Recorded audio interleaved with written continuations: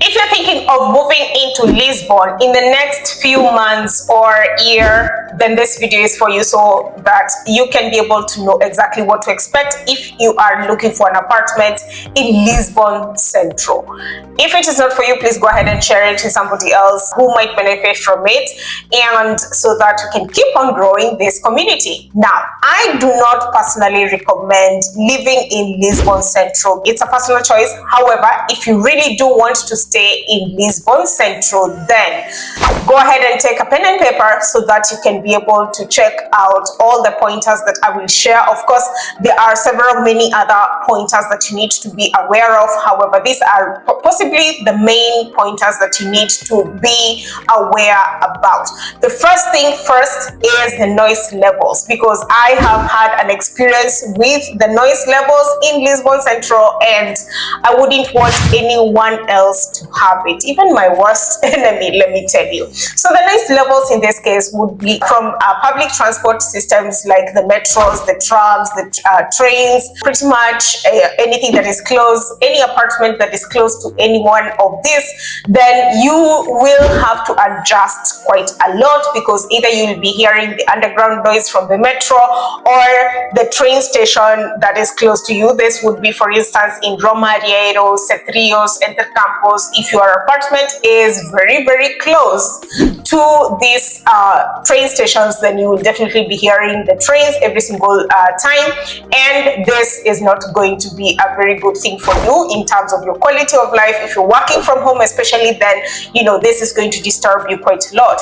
If you also live in neighborhoods where you possibly have nightlife places that are very close to your apartment, then this is not going to be another thing that you want to be close to, because obviously the noise is going to be disturbing you every single other time, because you have several people on your street every single time and you cannot avoid it, you cannot control it. So you want to check out that your apartment is not close to any one of those nightlife places.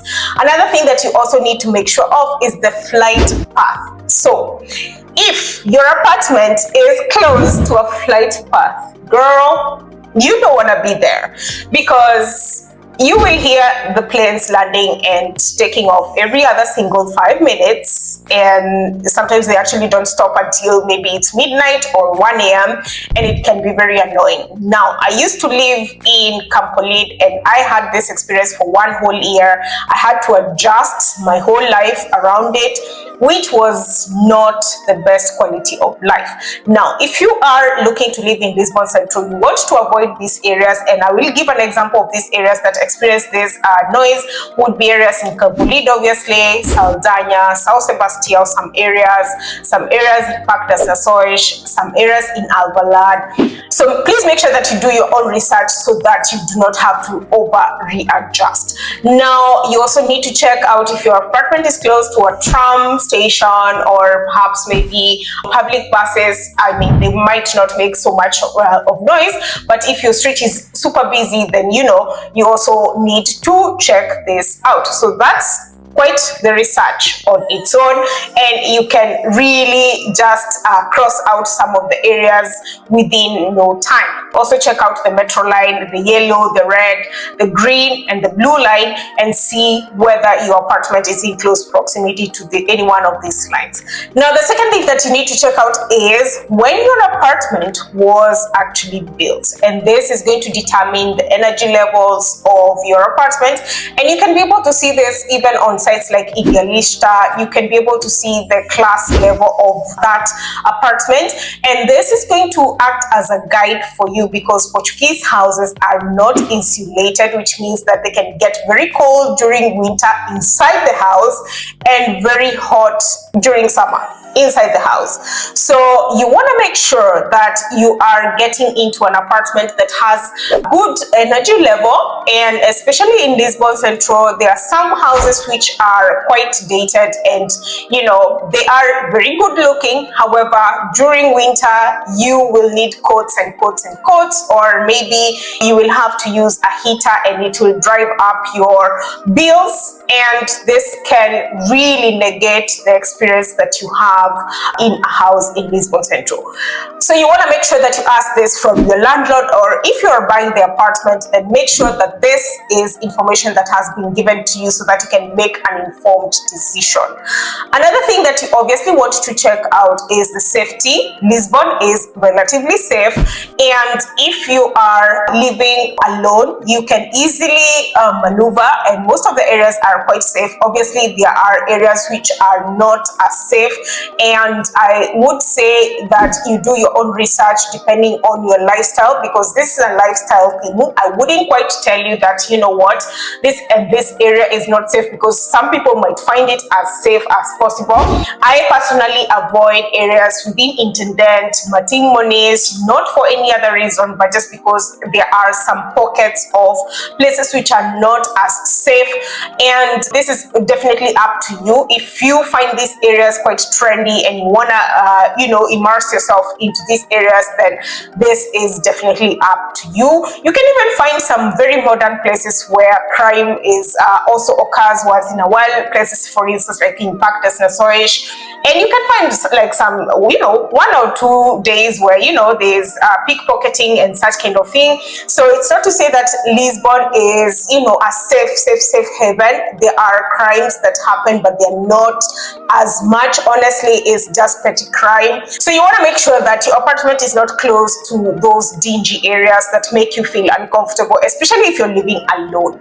Another thing that you also want to make sure about is whether you are into urban, the vibe of the area that you want to live into, whether you want the urban areas or you want the trendy small streets and so on and so forth. If you want the small streets and the vibe of the EU narrow streets and the hills of Lisbon, then you want to choose apartments in Graça or Alfama. If you're into more modern areas, I would recommend places like Park des Nações, Moscavide areas in Peleiras, São Sebastião, some areas in Saldanha. And again, this is something that you would need to define for yourself. Exactly what are you expecting out of an apartment, so that as you go there, then you are able to make an informed decision.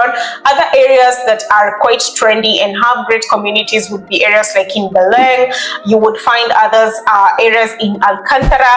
However, also read the news, because in some areas there were lots of floods. So if a place is prone to flood and you have a car, then this is something that you want to also consider. So please make sure that you're doing your own research very clearly, so that you don't rent an apartment and then you have to move out within a few months just because of an inconvenience that you could have avoided initially.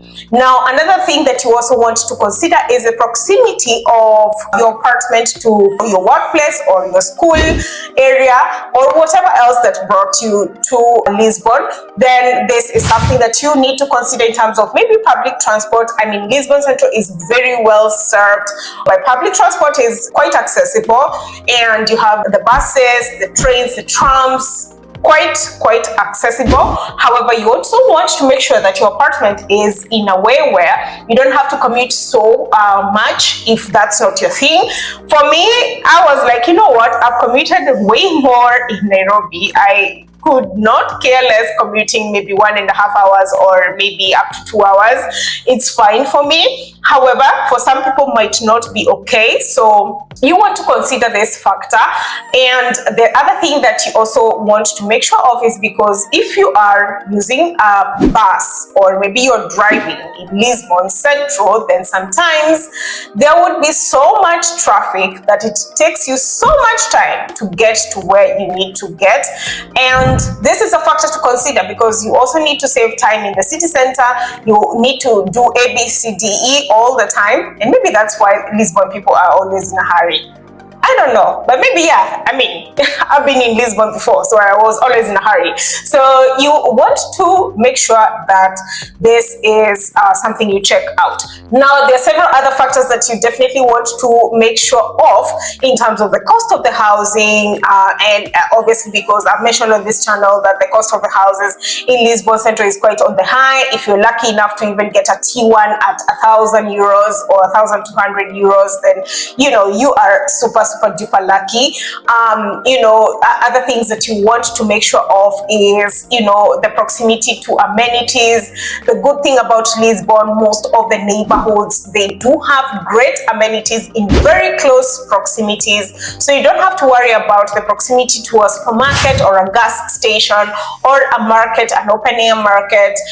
It's very easy to get to these places. However, Lisbon is known to be hilly. I'm sure you've seen that meme of, on Google it says it's 5 minutes, but it's in Lisbon, so you have to go up the hill. So if you are living in an apartment that is up the hill, and maybe your amenities, your supermarket is down the hill, you need to consider that, because either you'll be carrying all the stuff up the hill, or maybe getting an Uber or like a bus going uphill, or send someone.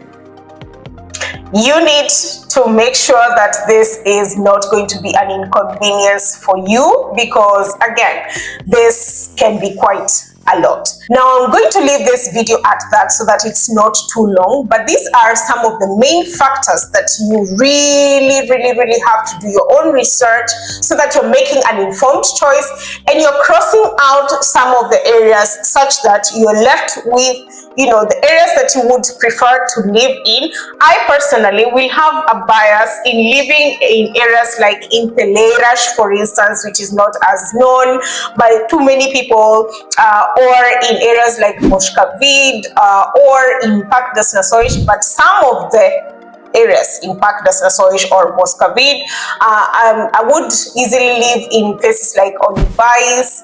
I would also live in area within Marques Pombal. However, as well, the flight path comes into play. Other areas on the red line, for example, in Saldanha, which I personally love, and also maybe in places like Laranjeiras, and close proximity also to Colombo, which is Colégio Militar Luz, which is also very close to Benfica.